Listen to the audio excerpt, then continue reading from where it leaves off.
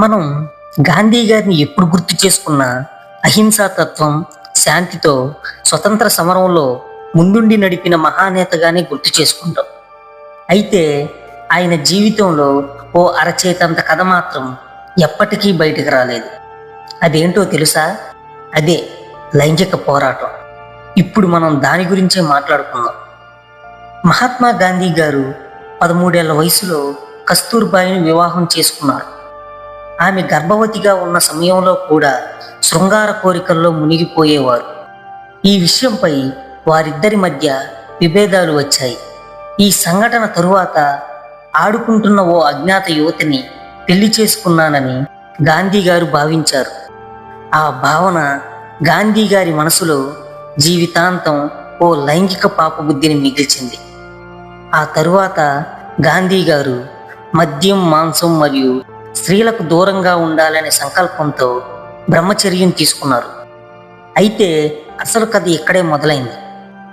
హిందూ సాంప్రదాయం ప్రకారం బ్రహ్మచర్యం తీసుకున్నవారు లైంగిక ఆకర్షణ నుండి దూరంగా ఉండాలి. కానీ గాంధీ గారు జీవితాంతం తాను ఇష్టపడిన మహిళల సమూహంతో నివసించారు. గాంధీ గారు తన బ్రహ్మచర్య శుద్ధతను పరీక్షించుకోవడానికి వయసులో ఉన్న యువతులతో నగ్నంగా నిద్రించేవారు. వారితో శరీరాన్ని వెచ్చగా ఉంచుకునే ప్రయోగాలు చేసేవారు. అయితే గాంధీ గారితో నగ్నంగా నిద్రించిన కొందరి మహిళలకు అది మానసికంగా కష్టంగా ఉందని చెప్పినా గాంధీ గారు ఇది ఆత్మశుద్ధత పరీక్ష అని చెప్పి వారి మాటలను కొట్టిపడేసేవారు. గాంధీ గారి జీవితం ఒక తీరని ఆత్మశోధన. ఆయన రచనలు, వాగ్దానాలు అన్నీ ఒకే ప్రశ్న చుట్టూ తిరిగేవి. అదే సత్యం అంటే ఏమిటి? అయితే గాంధీ గారి చీకటి కోణం గురించి తెలుసుకున్నాక నాలో మొదలైన ప్రశ్నలేంటో తెలుసా? 1. గాంధీ గారు బ్రహ్మచర్యం తీసుకున్నారు కదా, మరి తన చుట్టూ ఎందుకు ఇంతమంది యువతులు?